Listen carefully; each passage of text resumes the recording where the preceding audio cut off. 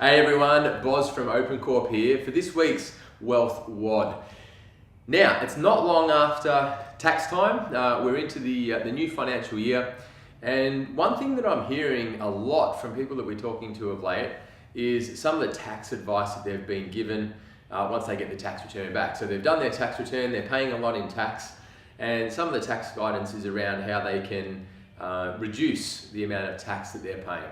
Okay. Now, unfortunately, quite often, a lot of this tax advice that we hear is around buying specifically cars, because the tax benefit can be pretty good, but it's about understanding depreciating assets versus appreciating assets. Okay?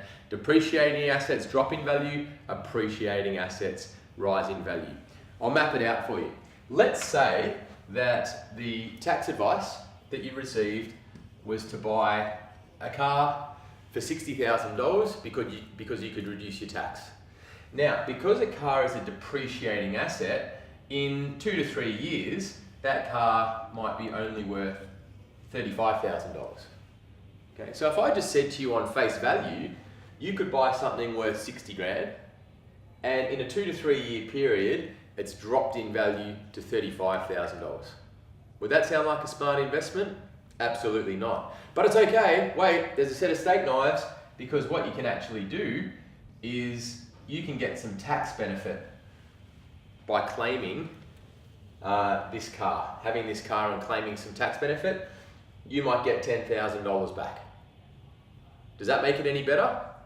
Still doesn't make it any better, because what you've done is you've spent $60,000, and even though you've got $10,000 back, that only brings you up effectively to assets worth $45,000. Therefore, you've lost 15 grand or 25% of the value of this investment. So actually, you're better off not getting this tax benefit, paying more tax, because then you're still in front.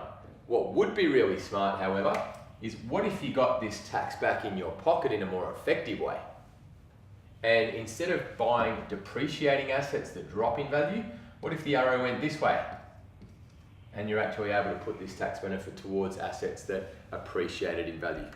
So there we have it, guys. Be really discerning about some of the tax advice that you're receiving. Just put a filter on what you're hearing, and most importantly, make sure that it's not just about getting some tax back, because you're only getting tax back on money you've spent already. So you want to make sure that any assets that you're buying to get tax back go up in value rather than drop in value.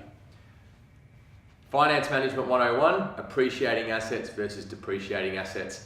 Invest in the former, you'll go pretty well. We'll see you next time.